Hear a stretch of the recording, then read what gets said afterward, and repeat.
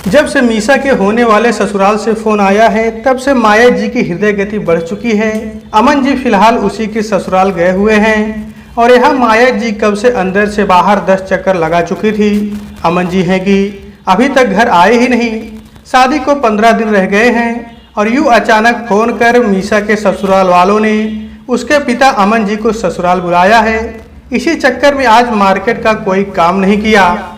जैसे ही अमन जी की गाड़ी आकर गेट पर रुकी, माया जी फटाफट दौड़ती हुई उनके पास गई। इतनी देर कैसे हो गई? क्यों बुलाया था उन लोगों ने? अरे घर में भी आने दोगी कि नहीं? 5 आदमियों के काम में वक्त तो लगता ही है। पहले कुछ चाय नाश्ता कराओ, उसके बाद बात करते हैं। माया जी अमन जी के साथ घर में आ गई। बहू सुनैना ने आकर पानी पकड़ाया और रसोई में चली गई। क्या हुआ जी, अब तो बताओ, क्या कहा उन लोगों ने? क्यों बुलाया था? अमन जी ने अपनी जेब से पर्ची निकालकर माया जी के हाथ में रखी। इतने लोगों के कपड़े लगेंगे, देख लो, इसके अलावा शगुन और गिफ्ट अलग हैं। पर्ची खोलकर देखने पर माया जी के चेहरे की हवाइयाँ उड़ गई। कुछ देर खामोश रहकर फिर बोली, अरे उन लोगों ने तो सिर्फ कन्या और कलश मांगा था ना? हाँ, तो अभी भी वो लोग यही कह रहे थे कि उन्हें कन्या और कलश ही चाहिए। लेकिन ये तो रिवाज का है, देना ही पड़ेगा ना, आखिर वो भी तो दूसरे से लेकर बैठे हैं। अरे पर रिवाज के नाम पर तो बहुत कुछ मांग लिया उन लोगों ने, और जितने लोगों के उन्होंने कपड़े और गिफ्ट मांगे हैं, इतना बड़ा परिवार तो हमें दिखा भी नहीं उनका सगाई के समय। आपने कहा नहीं? कैसी बात कर रही हो तुम?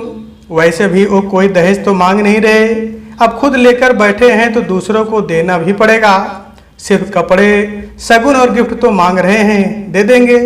शुरुआत में ही क्यों बेटी के लिए कुआं खोदना? बाद में फालतू बच्ची को सुनाते रहेंगे। कहाँ से इतना बंदोबस्त करेंगे? पहले स्थितियाँ कुछ और थी, अब स्थितियाँ कुछ और हैं। पहले आप लोगों का बिजनेस अच्छा चलता था, पर अब बिजनेस की हालत खराब है। पहले ही ये शादी हम लोग लोन लेकर कर रहे हैं। उन्होंने कहा था कि बारात का स्वागत अच्छे से होना चाहिए, इसलिए हम अपनी खुशी से ही शादी भी होटल से कर रहे हैं। और अब ऊपर से उन लोगों ने एक्स्ट्रा खर्चा बता दिया। ये तो गलत है ना? देखो, मुझे नहीं पता, उन लोगों ने जो कहा मैंने बता दिया, पर आप बात तो करते कि वो लोग गलत कर रहे हैं। सगाई पूरे 5 महीने रही है, तब तक उन्होंने कोई डिमांड नहीं की। अब शादी को सिर्फ 15 दिन रह गए तो उन्होंने एक नई डिमांड कर दी। इसका क्या मतलब निकाला जाए? देखो, जो रीति रिवाज का है वो तो पूरा करना ही पड़ेगा ना। अरे तो हम कौन सा खाली हाथ भेज रहे थे? हम भी तो अपनी तरफ से उन लोगों को गिफ्ट दे ही रहे थे ना। हाँ, हम लोग गिफ्ट दे रहे थे, पर शायद उन्हें अपने मन मुताबिक गिफ्ट चाहिए, इसे डिमांड ही कहेंगे ना। जब से उन्हें पता चला कि शादी होटल से कर रहे हैं, तब से नित नई डिमांड आने लगी है। पहले तो घर की सभी औरतों, सास, जेठानी और ननद के लिए ज्वेलरी और कपड़े मांगे थे, और अब जो भी हो, बेटी की शादी में इतना तो करना ही पड़ेगा। इतने में सुनैना चाय लेकर आई तो दोनों चुप हो गए। दोनों सुनैना के सामने कोई बात नहीं करना चाहते थे, पर बात इतने जोरों से हो रही थी कि रसोई में सुनैना को सुनाई दे रही थी। सुनैना ने जैसे ही निगाह उठाकर माया जी और अमन जी को देखा, दोनों पति पत्नी झेप गए, जैसे सुनैना की निगाहें बहुत कुछ कह रही हों। खैर, सुनैना ने चाय नाश्ता पकड़ाया और चुपचाप अंदर आ गई। सास ससुर कुछ बताना तो नहीं चाहते थे, पर उन दोनों की बातें सुनैना को अंदर तक सुनाई दे गई थी, और उसे याद हो आया वह दिन जब उसकी शादी इस घर के बेटे विक्रम के साथ पक्की हुई थी। ससुराल वालों की कोई खास मांग नहीं थी, उन्हें तो सिर्फ कन्या और कलश चाहिए था। सुनैना के माता पिता मध्यम वर्गीय परिवार के लोग थे, इसलिए बहुत खुश थे कि देखो कितना अच्छा परिवार मिला है। हर किसी से उसके ससुराल की तारीफ करते हैं। इसके ससुराल वाले बहुत ही नेक दिल हैं, इतने अमीर हैं, फिर भी दहेज तो बिल्कुल भी नहीं चाहिए उन्हें, केवल कन्या और कलश चाहिए। हमारी बेटी के तो भाग खुल गए। शादी की तारीख निकली और सब जुट गए तैयारियों में। दादी का कहना था कि कोई दहेज तो नहीं ले रहे, तो एक काम करो, शादी में खर्चा थोड़ा ज़्यादा कर दो, जिससे सब लोग खुश हो जाएं। पिताजी ने ऐसा ही किया। थी तो एक मध्यम वर्गीय शादी ही, पर फिर भी हर चीज़ एक से बढ़कर एक। जो एक पिता अपनी हैसियत के अनुसार कर सकता था, वही सुनैना के पिता ने किया। इतना पैसा कभी किसी मध्यम वर्गीय परिवार में सेविंग के नाम पर इकट्ठा नहीं हो पाता, इसलिए कर्जा तो लेना ही पड़ा। शादी के कुछ दिन पहले ससुराल की तरफ से सुनैना के पिताजी के लिए बुलावा आया। वे वहां पहुंचे तो ना कोई अवभगत और ना ही कुछ। सबसे पहले उन्हें एक पर्ची पकड़ा दी गई। समधी जी, एक कुछ शगुन, कपड़े और गिफ्ट हैं जो हमें और हमारे रिश्तेदारों को आपको देना पड़ेगा। सुनैना के पापा कभी पर्ची को देखते तो कभी समधी जी का चेहरा। इतने में अमन जी ने कहा, समधी जी क्या सोच रहे हैं आप? देखिए, हम आपसे कोई दहेज तो नहीं ले रहे, लेकिन हम भी तो दूसरों से लेकर बैठे हैं तो देना भी तो पड़ेगा ना। आप भी समझदार हैं। पापा कुछ कह ना पाए। अचानक से हुई इस डिमांड से चुप हो गए और पर्ची भी लेकर पापा घर आ गए।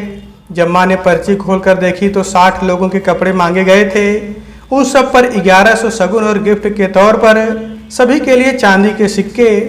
इसके अलावा सास ससुर के कपड़े, शगुन और गिफ्ट अलग, और यह पर्ची तो सिर्फ लग्न के दिन दिए जाने वाले गिफ्ट थे। इसके अलावा बेटी के विदाई के साथ भेजे जाने वाले गिफ्ट अलग। एक बार तो माँ भी सकते में आ गई थी, लेकिन ये तो रिवाज का है, अभी दहेज देते तो भी इतना खर्चा करना ही पड़ता ना। ये कहकर दादी ने माँ को चुप करवा दिया। लेकिन मांग के ही तो ले रहे हैं वो लोग, क्या हम लोग अपनी तरफ से कुछ गिफ्ट ना देते?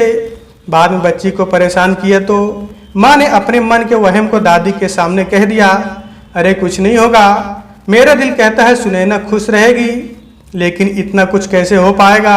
माँ ने दबी जबान से कहा, सब हो जाएगा, तुझे चिंता करने की जरूरत नहीं है। दुल्हन की माँ है, तेरे पास और भी बहुत काम है, उन्हें कर। दादी ने डांटकर माँ को चुप करवा दिया।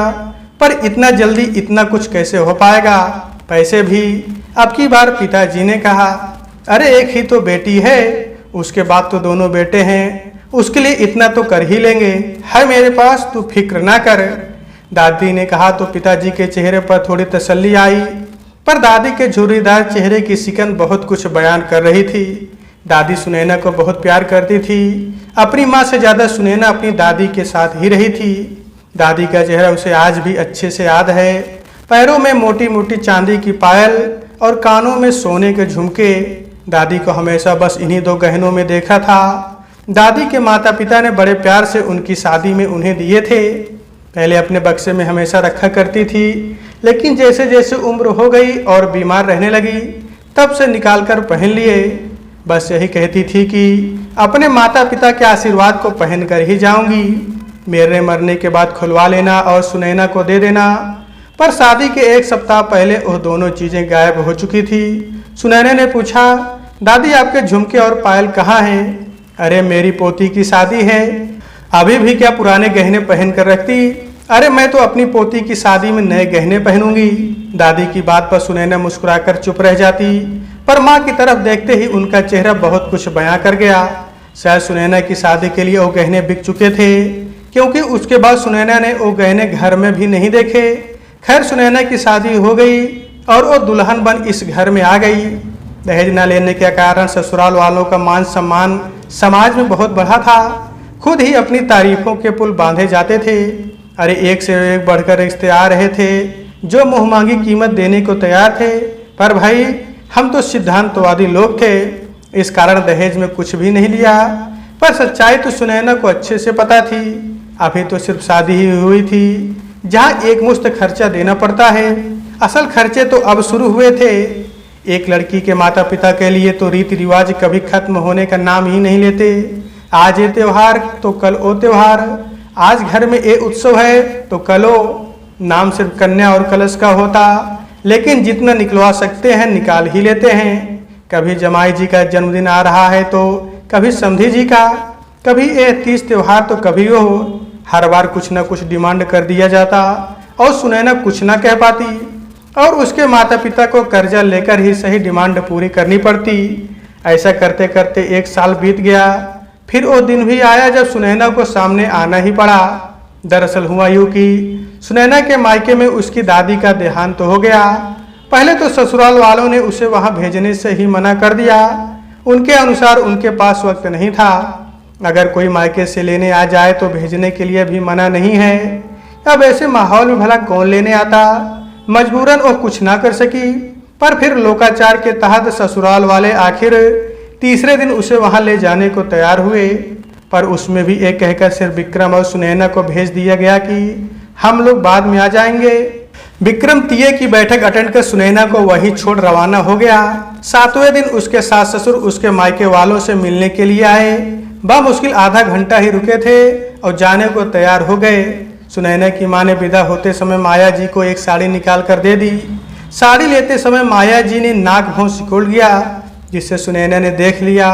अपने सास ससुर को छोड़ने और बाहर तक आई तो माया जी ने वहीं पर तमाशा शुरू कर दिया। ऐसी साड़ी दी है, हमारी कोई इज्जत नहीं है क्या? सिंपल सीलेस लगी हुई। मम्मी जी, माँ के हाथ में जो साड़ी आई वही तो निकाल कर दी थी। हाँ, तुम्हें तुम्हारी माँ का गलती कब दिखेगा? मैं तो यह साड़ी किसी भंगन को देना ही पसंद करूंगी, जैसी आपकी इच्छा। सुनैना ने दो टूक जवाब दे दिया, जिससे माया जी आग बबूला हो गई। पर उसी समय अमन जी ने वहां उन्हें चुप करवा दिया और दोनों वहां से रवाना हो गए। सुनैना वहीं खड़ी रही, मन ही मन जानती थी कि अब असल हंगामा शुरू होने वाला है। पर अब वह बिल्कुल भी चुप नहीं रहेगी। जैसे ही 12वां पूरा होता है तो विक्रम सुनैना को लेने आ जाता है। सुनैना का जाने का बिल्कुल भी मन नहीं था, पर फिर भी ससुराल तो जाना ही पड़ेगा। यही सोचकर वो विक्रम के साथ रवाना हो जाती है। जब वो ससुराल पहुंचती है तो देखती है कि वहाँ का माहौल बड़ा बोझिल सा है। माया जी भी अभी भी मुंह फुलाए बैठी हुई हैं। जैसे ही उनकी निगाहें सुनैना से टकराई, एक पल के लिए भी कुछ बोलने को हुई, लेकिन अमन जी ने चुप रहने का इशारा किया तो चुप हो गई। सुनैना को अंदाजा हो चुका था कि अब कुछ धमाकेदार होने वाला है, जिसका अंदाजा उसे पहले से ही था, इसलिए वो भी तैयार थी। जैसे तैसे 1.5-2 घंटे निकले, पर माया जी सुनैना से सीधे मुंह बात भी नहीं कर रही थी। शाम को सुनैना ने पूछा, मम्मी जी खाने में क्या बनाऊं? क्यों, मायके वालों ने खिलाकर नहीं भेजा क्या तुम्हें? जी मेरे मायके वालों ने तो मुझे खिलाकर भेजा था, पर आप लोग तो खाओगे ना, इसलिए पूछ रही हूँ। हाँ देख लो कैसे जबान कैंची की तरह चल रही है। यही सब सिखाया उन्होंने इतने दिन में। उन्हें जो सिखाना था वो पिछले 1 साल से मैं इस घर में दिखा चुकी हूँ, इसलिए चुप रही। अब पिछले 1 साल से मैंने जो इस घर में देखा और सीखा, अब वही मेरी जबान बोल रही है। लो सुन लो, हमारी बिल्ली हम ही से म्याऊं, हमारे घर का खाती है और हमें ही 10 बातें सुनाती हैं। माफ़ करना मम्मी जी, मैं कोई पालतू जानवर नहीं हूँ, मैं इस घर की बहू हूँ। जबरदस्ती तो आई नहीं थी, बकायदा ढोल नगाड़ों के साथ इस घर में कदम रखा था और आप लोग खुद खुशी खुशी मुझे लेकर आए थे। तो जिस तरह आप लोगों की सेवा करना मेरी जिम्मेदारी है, उसी तरह मेरा भरण पोषण करना आप लोगों की जिम्मेदारी है। एक तो हमने दहेज नहीं लिया, ऊपर से हमें ही सुना रही है, और लाओ गरीब घर की बहू। माफ़ करना मम्मी जी, आपने सिर्फ कन्या और कलश का नाम रखा है, लेकिन कन्या और कलश के नाम पर कितना कुछ आपने मांग लिया, उसका अंदाजा भी है आपको। आप लोगों का पेट भरते भरते मेरी दादी के गहने बिक गए। मेरे पापा आज तक कर्जा चुका रहे हैं, अब बस, अब और नहीं। ऐसा बोलकर सुनैना अंदर रसोई में चली गई। पर अब सुनैना कोई भी बात होती है मुंह पर डंके की चोट पर बोलती है, इसलिए अमन जी और माया जी अब सुनैना से ज़्यादा कुछ कह नहीं पाते और ना ही उसके सामने अब ज़्यादा कुछ बोलने के लिए हिम्मत होती है। पर आज जब अपनी बेटी पर बन आई तो दोनों को कुछ सूझ ही नहीं रहा था। थोड़ी देर बाद बाहर से विक्रम और मीसा की आवाज़ आने लगी। सुनैना ने बाहर आकर देखा तो विक्रम और मीसा अमन जी और माया जी से बात कर रहे थे। मम्मी, आप शादी के लिए मना कर दो, मुझे नहीं करनी है शादी। तू पागल हो गई है? शादी के 15 दिन पहले शादी से मना कर रही है, क्या इज्जत रह जाएगी हमारी समाज में? देखो मम्मी, पूरी जिंदगी परेशान होने से अच्छा है कि कुछ दिन परेशान रहना। उनका क्या भरोसा कल को वो नई डिमांड रख दें। विक्रम ने कहा, अरे बेटा ऐसा कुछ नहीं होगा, अब वो लोग खुद लेकर बैठे हैं तो देना भी तो पड़ेगा ना। अमन जी ने कहा, नहीं मम्मी, आप प्लीज मना कर दो। मीसा ने दोबारा कहा, शादी ब्याह का मामला है, गुड्डे गुड़ियों का खेल थोड़ी ना है, जो आज हाँ कल ना हो जाए। तुझे प्रॉब्लम क्या है? प्रॉब्लम है मम्मा, मैंने भाभी को देखा है। आज हमारे घर में इतना बोझिल माहौल रहता है, उसके पीछे शायद आपका एक कन्या और कलश वाला ही एटीट्यूड था। हम दहेज नहीं लेंगे, हमें तो सिर्फ कन्या और कलश चाहिए। आज हमारे घर में ये स्थिति है कि आप लोग भाभी से बात करना पसंद नहीं करते और ना ही भाभी आप लोगों से। मुझे नहीं रहना ऐसे माहौल में। और ये याद रखना, मैं सुनैना भाभी नहीं हूँ, मैं तो पहली बार में ही छोड़कर आ जाऊंगी। अपनी बेटी के मुंह से सब सुनकर माया जी और अमन जी को अपनी गलती का एहसास हुआ। दोनों की निगाहें अपने ही बच्चों के सामने झुक गई। आखिरकार अमन जी ने मीसा के होने वाले ससुराल में फोन कर शादी के लिए मना कर दिया। साथ ही साथ उन्होंने अपनी बहू से माफ़ी मांग ली। तो दोस्तों, आज के वीडियो में बस इतना ही। आपसे मिलते हैं अगले वीडियो में, तब तक के लिए नमस्कार दोस्तों।